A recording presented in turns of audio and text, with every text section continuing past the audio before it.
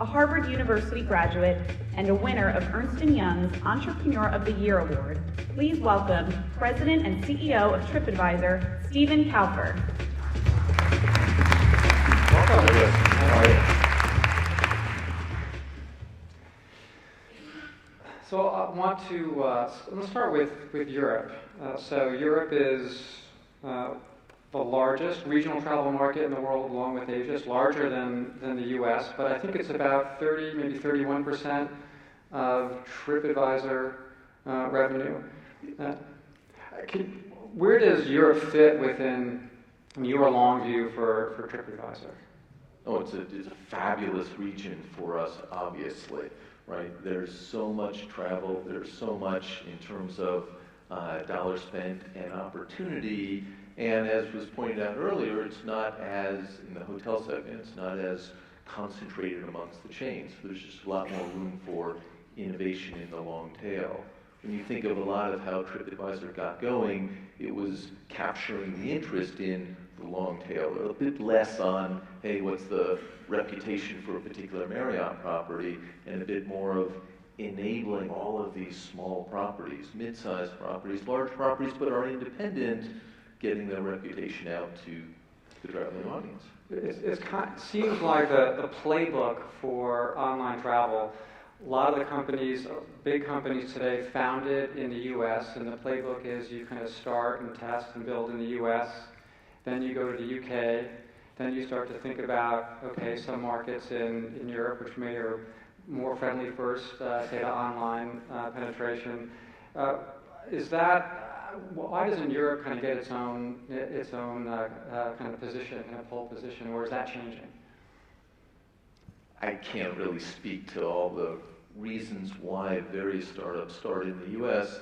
It's just a big market that's relatively homogeneous and easy to start up in. So yes, you described our exact global expansion plans. It was U.S., then it was English, and then it was the rest of the European marketplace, and then it was Asia, South America, etc. So instant booking has been a big part, obviously, of the shift in Tripadvisor's strategy over the past year. You just rolled out across Europe, I believe, in February. It's now live across Europe. How is it going across the continent as opposed to the U.S.? How is it looking? It's going very well. So when you look at what we're trying to do with instant booking, it really is kind of another big change for the company. And I know there's enough folks out there that are tired of watching Tripadvisor continuing to evolve and change, but that's just in our DNA. So we do it gradually in the sense that new concept, instant booking, how's it going to go? How do we get the supply on board? Which device do we launch first, phone and desktop, for clear reasons in our mind? And then geographically, because it's a lot of heavy lifting to bring all of those suppliers on board and make the experience really strong. So in the U.S., it's a little easier on the supplier side. We can hone the experience and then go international. How has the hotel response been? Hotels, well, let's see, if you wind all the way back, the hotel response for doing something that we thought was extremely hotel friendly was very standoffish. It took us a while to get the big major. Why do you think that was? I think I actually just did a phenomenally terrible job explaining what we were trying to do and how we would be helping them. And so there is, as was noted many times, a lot of tension between online travel agencies, the big OTAs, and the hoteliers. And a lot of the hoteliers felt that we were just going to become one of them. And that was a bad thing in their eyes, something they didn't want to help. And our goal was, hey, we have a ton of travelers on our site, and many of them are explicitly telling us they wish to book directly with the hotel. Okay, so how can we facilitate that in a mobile world in our global manner? And that part of the message didn't come across. But a year later, we got through that. We got the major brands. 2015 was a great year for that. And so to answer the question, how are the hoteliers feeling? They love it. It's another distribution channel. Of course, why wouldn't they appreciate that? And then there's a lot of technical slogging to actually get it all connected. I think we saw actually several chains come on to instant booking. So what was the before? In fact, before Booking.com, before the big OTA agreement. So what was the the turn of the screw that you had to make to convince hotels that they should participate? I think it was just my team doing a better job explaining the benefits to the chains. We aren't looking for big long-term contracts. We don't try to lock in partners to something that if they're nervous it doesn't work. Hey, if it doesn't work for you, that's fine. You can continue to play in our meta model. And again, since we've been in business for a long time now, relatively speaking, we look to stay in business for a really long time, build a really powerful company, big company in the hotel industry. We want all of these folks to really appreciate our role in the ecosystem, and most of them do today. Who do you see getting a bigger boost from Instant Book so far? Is it the chains or is it the independents? It's kind of anyone who's connecting to the system now, and we're still taking a gradual approach to it. So we do have most of the major chains online now. They're liking it and they're staying online. But you do have a lot of bookable independents through the partnership with Booking.com. So I had put that into our kind of OTA relationships. And then we have a whole host of independents that have signed up directly with us. And you can find their unique set of rates and content availability throughout the system. So I think for the tremendous service that a Booking or Expedia delivers to the independent hotels, bringing all of their traffic to help fill those rooms, that's wonderful. That's why so many hotels sign up and stay signed up with the big OTAs. That's why those same hotels are interested in purchasing a business listing from us and coming on to Instant Book. So it's all about the heads and beds. There's kind of nothing special there. So shifting gears to the traveler and the consumer, when my mom is planning a trip, she still says, "Oh yeah, I read these reviews on Tripadvisor." So she thinks of Trip as the traveler review site. How are you going about this? Really, it's such a fundamental shift in how you engage with travelers. And this is where I go to read reviews, but then this is where I'm going to go to actually make the booking. I'd love there to be a silver bullet answer to that one. Yes, thank goodness we're loved as a great review site. Why? Because we've helped hundreds and millions or perhaps billions of travelers find that perfect vacation, come back, they write the review. It's not a marketing slogan. They've tried us, and it's worked. For your mom, she's gone on the trip, she's come back, and I'm like, yes, the reviews accurately represented what my trip's going to be like. And it wasn't just the hotel review. She probably looked at where to eat. She probably looked at what she was going to do there. The whole memories that form the trip are, we get some of that love. I had a great trip. How did I help out a great trip? Tripadvisor. So, with all of that rich review photo content, we need to pull people or downstream. We need to hang on to that visitor longer, because right now we're serving this great function, and your mom might well be researching on Tripadvisor, and then thanks, I'm going to go book it on her favorite booking site.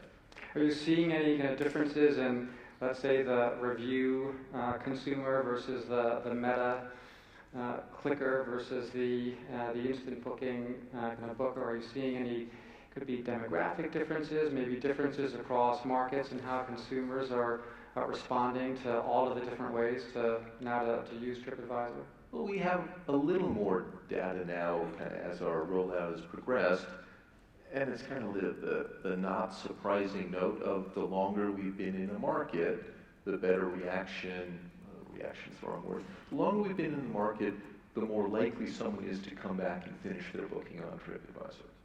If they start down our instant booking path, they're more likely to come back and finish in that instant booking path, which is what we want, which means it's working.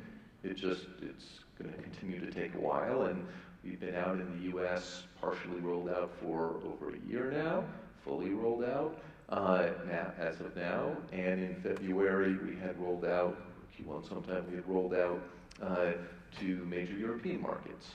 Good, so now that clock starts ticking as we start to change that behavior, but it's going to take us a while. All of the aggressive direct booking campaigns by the chains, clearly directed towards the OTAs. We've been talking a bit about this over the past couple of days. Where does TripAdvisor, especially now with instant booking, where does TripAdvisor fit into that? Is it good for Trip? Is it bad? Are you just kind of sitting back and eating potato chips and enjoying kind of how it's playing out? I think it's a long journey for the chains to persuade the leisure traveler, which is our primary market, to always book directly with them. It's just a lot of hopping around, and as per earlier discussed, it's on the mobile website, and so many leisure travelers want to start on a website that features all the potential properties in a city. So that's going to be a big OTA, or it's going to be TripAdvisor. And if they're starting on TripAdvisor, as Peter pointed out, that price that they might be holding back, well, it's not their best foot forward to the wider audience. So we encourage, as I'm sure Booking and Expedia do, all of the hotels to put their best foot forward on all of our distribution channels.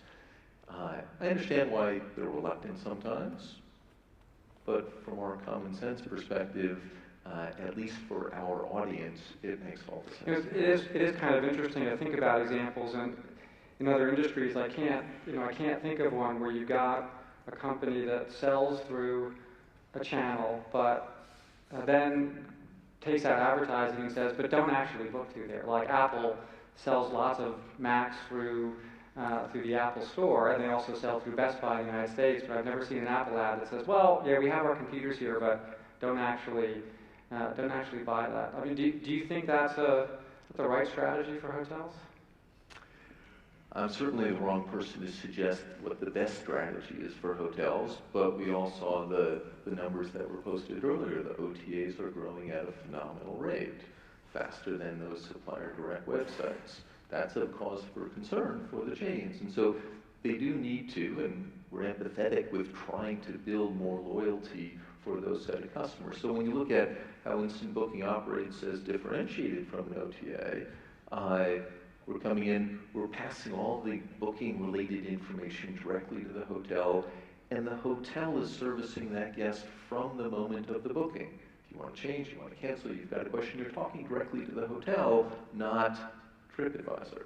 And that's enabling the hotel to form that great relationship. You combine that with a great product, great service, great reputation as seen on TripAdvisor and other sites, then that's a chance for that hotelier to win the repeat business. And that's the way it's always been. I think that's the way it should be, based upon service, as opposed to, if you say $5 or $10, is that winning you a loyal customer, or is that just winning you trial? And if you want to win on trial, how about reputation? How about all the other ways to get your message out? So you're also rolling out instant booking for activities, and we've been talking, I think, quite a bit about activities. We had a session yesterday. You've actually said, I think, more than once that you see activities and that in-destination piece as the next kind of billion-dollar vertical for TripAdvisor. There hasn't been that kind of breakout, right? Like we talked about this, like in private accommodations. What are you going to do? How can you make that billion-dollar breakout? Right. When you think of nice words, how is TripAdvisor going to make this our next billion-dollar business? Because we've seen these companies come and go, or in the case of Viator, start 10, 15 years ago and take a while to get big. It's really hard to plug together all of this supply. And the Airbnb can talk about this unique experiences. That's not scale, and that's not what the majority of tourists want to do when they go to a location. If I'm going to Rome, I really want a great tour of the Vatican. It's just true. That is what people want. They want to see the Louvre. They want to see the iconic attractions and maybe do something else the second time when they're coming in. So How do we address that huge demand for all the dollars, or huge demand for those activities in market? And to your question, why hasn't it happened before? Nobody else has been able to bring the demand side of the equation into the picture. And so if you're just having an attraction supply company, a tour company, it is phenomenally expensive. We know this. It's phenomenally expensive to buy the traffic that's going to convert, because a lot of people will just wait till they get there to buy. And so if you wait till they get there to buy, the online site doesn't get the traction, they book it as they walk up or something, and it just doesn't work. And that leakage makes it phenomenally hard to build that ecosystem. Tripadvisor already has all of that demand.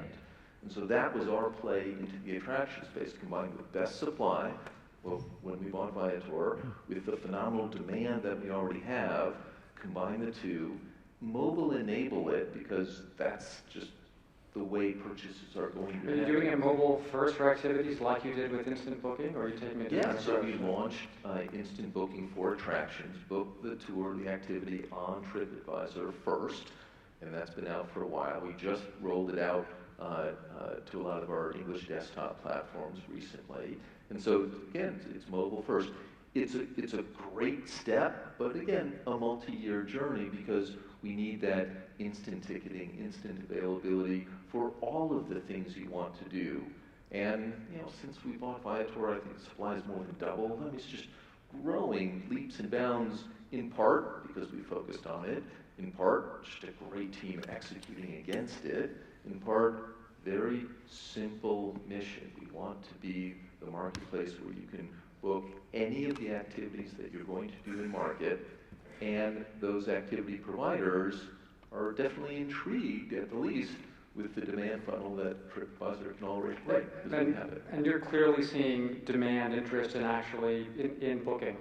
Oh yeah, absolutely. Now, we're not taking away the chunk of bookings that will happen in market, but hey, when I landed in Dublin for this event, I got a notification on my phone saying, hey, there's some great things to do in Dublin.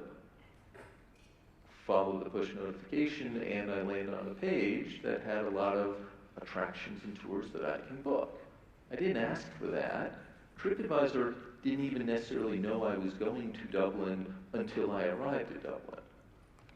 That's a nice ability to pair our demand with this supply that we already have, but maybe Steve Crawford wasn't thinking about booking an attraction on this trip in advance. Maybe I was going to ask somebody at the hotel. Maybe I was going to look it up on my phone when I got there. So you get a lot of attention to instant booking, so you're trying to make all of this hotel inventory bookable. You're now doing this with attractions as well. You're actually doing it with another entire vertical, right, in the vacation rental category. You made a number of acquisitions there. Do you need anything else to do, actually? You're kind of retooling 3 different major verticals within We'd be remiss if we didn't talk about our restaurant discount reservation business in Europe. So, look, we feel like that's a lot of change in the company all at once. Most of them are, to be clear, additions to the platform, if you will, all trying to leverage the demand. But what are the major things you think of when you think of having an awesome vacation, right? You have to get there. Not really the piece you rave about, but an important piece of it. Where you stay, what you do, where you eat, how you experience the local environment. That's what makes the memories, which in turn engenders the love for Tripadvisor. What are your thoughts on, as you're making the shift in your vacation rental business, but kind of broadly in the marketplace? There have been 2 kind of distinct strategies by 2 of the market leaders in vacation rentals. So Booking.com, which has always been, it's got to be instantly bookable, instantly confirmable. You put in your credit card, you put in payment, and then you get that instant confirmation. HomeAway, the other kind of big player in vacation rentals, have said, well, we need to offer a request to book. Owners want that. How do you see that playing out? Which side do you think is the right strategy? I'd have to err on the side of give the traveler all the different options that they're looking for, which is a bit closer to the HomeAway complete inventory. And that's obviously what we've done. We have the transaction model, we have subscription as well, but when it's only immediately, instantly confirmable, you have no inventory left in major parts of the world. So do you not offer those? And when you come purely from a hotel looking into alternative accommodations, that's it. I tip my hat. If I were booking, that would be the strategy I would take from their position. From Tripadvisor, we come at it, hey, we list everything that we can get our hands on, restaurants, hotels, whether or not we can do reservations for them. Vacation rentals, it's a little tougher to define what everything is, but certainly give me the rental on Martha's Vineyard Island off of Massachusetts, where it's just a sole homeowner. They're not going to be online anytime soon, but they want to let out their property. Or the holiday lettings we bought in the UK, a great company that had a nice combination of subscription, and we moved it almost all of it now to transaction-oriented, because that's what people want. So you think the owner should have the choice in terms of how they want to list their property and how they should accept or not accept I bookings? just think over the next 5 years, all of the owners who have resisted the move to making their properties instantly bookable are going to be not left out in the cold, that's a little harsh, but they're going to be at the bottom of the sort order. So consumers, the travelers we see, they want to be able to book a price with availability and the location they want, and they don't want to go through the friction of, is it available? Well, it might have been, no, it's not anymore, how about this other one? That's kind of painful, and that's what's dogged the subscription industry for a long time. And look, HomeAway has been making that, has started to make that transition in a meaningful way. Tripadvisor started several years ago, so we're mostly done with it. Booking.com is already there in terms of instantly bookable, but without the breadth of inventory. So it's 1, 2, 3, and Airbnb is mostly already been there. So the 4 big players in the rental category are all in that end state. In some cases, pulling some of the owners along with them, but in a few years, that'll settle itself. So I'd like to remind everybody that actually many years ago, Tripadvisor wasn't the largest travel website in the world. You were actually a startup.